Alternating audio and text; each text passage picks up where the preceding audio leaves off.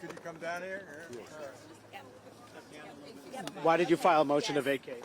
Today I filed a motion to vacate after Speaker Johnson has betrayed our conference and broken our rules. We were promised regular order. That's what our conference had started out as, with rules and promises to the American people that we would bring regular order back to Congress. Speaker Johnson has betrayed that by passing 3 CRs and then forcing us to pass or to vote on a 2-part omnibus, the second one being today.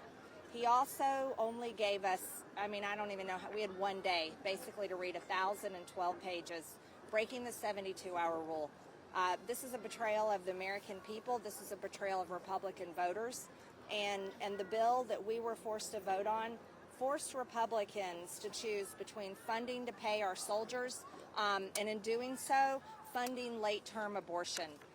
This bill was basically a dream and a wish list for Democrats and for the White House. It was completely led by Chuck Schumer, not our Republican Speaker of the House, not our conference, and we weren't even allowed to put amendments to the floor to have a chance to make changes to the bill. I filed the motion to vacate today, but it's more of a warning and a pink slip. I respect our conference. I paid all my dues to my conference. I'm a member in good standing, and I do not wish to inflict pain on our conference and to throw the House in chaos. But this is basically a warning, and it's time for us to go through the process, take our time, and find a new Speaker of the House that will stand with Republicans and our Republican majority instead of standing with the Democrats. So that's a warning. If it's a warning, if it's a warning, does that mean that you're not going to go through and force this vote? No, I will. There's nothing that can convince you to back off. There's not a time limit on this. It doesn't have to be forced and throw the House into chaos. I don't want to put any of our members in a difficult place like we were for 3.5 weeks. We're going to continue our committee work. We're going to continue our investigations. There's a lot of good investigations going that have to be able to proceed, and the American people deserve that. But I'm not saying that it won't happen in 2 weeks or it won't happen in a month or who knows when. But I am saying the clock has started. It's time for our conference to choose a new speaker. Do you believe that there are more Republicans who support this push? And ultimately, if this does get filed, it could lead to exactly what you're saying: more chaos, more paralysis. Does the House Republican conference want to move forward with that? It's filed, but it's not voted on. It only gets voted on until I call it to the floor for a vote. Right. Wait a minute. Jeffries has said he would help potentially, or not he would help, but the Democrats might be willing to help him survive if there was a motion to vacate. Are you worried about putting Johnson in a position where he would actually be holding the Democrats? I'm not worried about that at all. I'm not worried about that at all. I don't think that the American people, Republican voters across the country, want to see a Republican speaker that's held in place by Democrats. This is not exactly what people want. What do you need to see? This will be up to our conference. Our conference works together to choose a speaker, and we need a speaker that supports all of us. Not a speaker that breaks the 72-hour rule, will not let us vote on amendments or introduce amendments to major funding bills.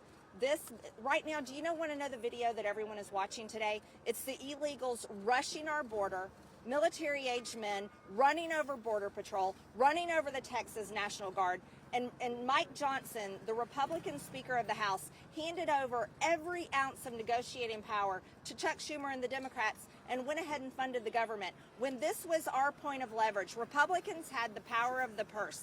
This was our power. This was our leverage. This is our chance to secure the border, and he didn't do it. And now this funding bill passed without the majority of the majority. This was a Democrat bill. This is a Chuck Schumer bill. This is a bill that Joe Biden cannot wait to sign into law, and it is a betrayal of the American people. Here's the problem. Right now, Americans are watching the border. Women are being raped. Women are being killed. Illegals are squatting in people's homes and then killing them when they come to take their houses back. That's just what happened in New York. We're done. We're absolutely done. What do you need to hear? What do you need to hear from the speaker or anything else to not move forward? What will change your mind to not move forward? He heard from everyone all week long. Do not break the 72-hour rule. He heard from all of us. He heard from all of us all week long.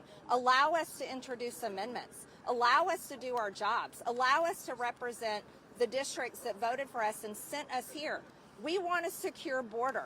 And the Senate proposal of legalizing 5,000 people coming across the border every day is not securing the border. And this is giving up every point of leverage we have. Also, forcing Republicans to vote on full-term abortion funding in order to fund our military is a complete betrayal of all of our values, and our voters don't want us to be doing that. What does the process of finding a new speaker look like? When do you plan to call this resolution to the floor? Again, I don't have a timeline. That will be a rolling issue that we'll be judging and making decisions by. But I assure you, I'm not the only one. I have support on this from others in my conference. And I'm not introducing this to throw the House into chaos. Committees will continue doing their work. Investigations will continue. I support my conference. Again, I have paid all of my dues to the NRCC and then some.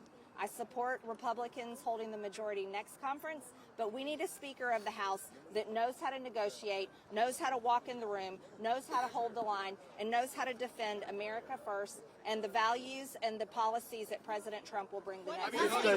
Does Trump? The process to find a new speaker. What does that process look like without the motion to vacate? That process allows everyone to have discussions and internal meetings and conversations. Illegals are squatting in people's homes and then killing them when they come to take their houses back.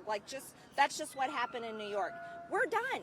We're absolutely done. What do you need to hear? What do you need to hear from the speaker or anything else to not move forward? What will change your mind to not move forward? He heard from everyone all week long. Do not break the 72-hour rule. He heard from all of us. He heard from all of us all week long. Allow us to introduce amendments. Allow us to do our jobs. Allow us to represent the districts that voted for us and sent us here. We want a secure border. And the Senate proposal of legalizing 5,000 people coming across the border every day is not securing the border. And this is giving up every point of leverage we have. Also, forcing Republicans to vote on full-term abortion funding in order to fund our military is a complete betrayal of all of our values, and our voters don't want us to be doing that. What does the process of finding a new speaker look like? When do you plan to call this resolution to the floor? Again, I don't have a timeline. That will be a rolling issue that we'll be judging and making decisions by. But I assure you, I'm not the only one. I have support on this from others in my conference. And I'm not introducing this to throw the House into chaos. Committees will continue doing their work. Investigations will continue. I support my conference. Again, I have paid all of my dues to the NRCC and then some. I support Republicans holding the majority next conference, but we need a Speaker of the House that knows how to negotiate, knows how to walk in the room, knows how to hold the line, and knows how to defend America first and the values and the policies that President Trump will bring the next year. Does Trump? The process to find a new speaker. What does that process look like without the motion to vacate? That process allows everyone to have discussions and internal meetings and conversations. And it allows other people to step forward and say they're willing to run for speaker. We saw that in the fall. You would like to see Not at this time. I want to have conversations, and I want to hear from others how they would have handled it. Have you talked to Trump? Have you talked to Trump about this? I have not talked to President Trump about this. You said there's more support from Republicans. How many Republicans? I won't give you a number, but I've talked to many who probably won't go public, but silently they're breathing a sigh of relief. Everyone is. You can look at the numbers and the votes of this. This bill was passed without a majority of Republicans. This is a Democrat budget, and it was passed by Mike Johnson. Should Johnson step down? Should Johnson just step down? That'd be a choice that he would have to make, but we're going to have to find a new speaker. Congressman, you saw what happened in the fall. We saw one speaker candidate after another falls short of getting the votes necessary. You can't. I mean, how could you possibly even find someone to succeed Mike Johnson who could get the votes, keep this conference together, and not plunge this chamber into chaos? We're going to have to do it because the country is in crisis. We have a border invasion that's happening every single day. We have Americans under the age of 30, for the first time it's showing in all types of polling, have lost hope for their future. The younger generations can't afford to buy a home. Inflation is running rampant. Our country is in crisis, and we need real leaders that know how to fight, that know how to walk in a room and don't get rolled by the deep state, and don't get rolled by the Democrats, and don't get rolled into doing whatever it takes to maintain that power and position. We need a Speaker of the House that actually represents the people. This is the people's house. This is not Washington, D.C.'s house. This is the people's house, and that matters. Just to follow up on that, though, you're calling this a pink slip, a warning sign. The bottom line, you want Speaker Johnson out.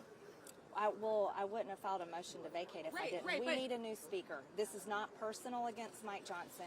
He's a very good man, and I have respect for him as a person, but he is not doing the job. The proof is in the vote count today. He passed a budget that should have never been brought to the floor, did not represent our conference, and it was passed with the Democrats and without the majority of the majority. What happens if he moves on Ukraine? What happens if he moves on any aid to Ukraine? That would also go against what the American people want. Polling shows that it's approximately 70% of the American people do not support continuing a war in Ukraine. Would that be a triggering event for you? The motion to vacate's already been filed. No, would you call it up? Would you call it up if you want? He should not bring funding for Ukraine. Just to clarify, thank you, sir. In the back. Thank you.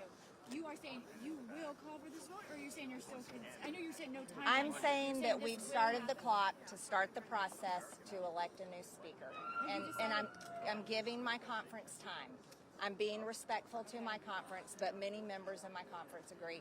Even though it's uncomfortable, it's a process none of us want to go through. It has to happen. So this is kind of a way to avoid. Would you be teaming with Democrats as well by ousting the Speaker of the House, just like Speaker Johnson did, teaming with Democrats in the House? We have to find a new Speaker of the House. I'm not sure how that vote count would be, and I've heard a lot of Democrats may support him, so I'm not sure how that works out. If they do that, don't you worry that you're basically pushing him or any new speaker into the arms of Democrats? Because, like, at a certain point, he's already in the arms of Democrats, and it's proof in the vote count today. This was a Democrat bill. This was not a Republican bill.